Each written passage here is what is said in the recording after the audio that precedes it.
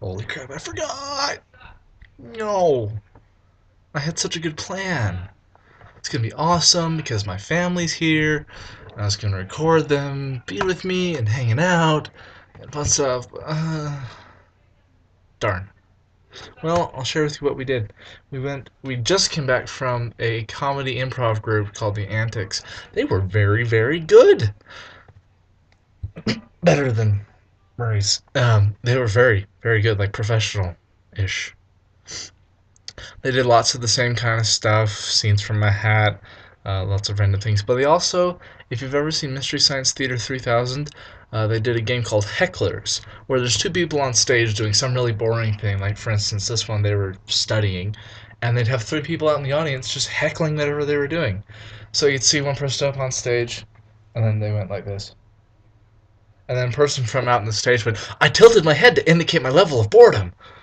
And as the scene progressed to do this levels and like this stuff, all this stuff happened. It was like level 3 boredom, level 4 boredom. It was great. It was fantastic. It was really good. And of course, there's also a really cute girl that walked in during intermission. I talked to her, but she ran away as soon as it was over. Okay. What happened during this week? Um, Nothing that interesting. Oh yes, there was something interesting. I watched a movie. It was called Indie Game. Indie Game the movie. I'm gonna share a quote from Indie Game the movie. Part of it is about not trying to be professional. Like, a lot of people come into the video indie games trying to be like a big company. What those big game companies do is create highly polished things that serve as large an audience as possible.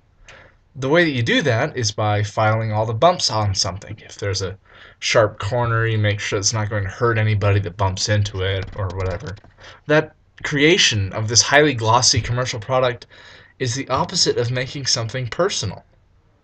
Things that are personal have flaws. They have vulnerabilities. If you don't see a vulnerability in someone, you're probably not relating with them on a very personal level. So it's the same with a game design.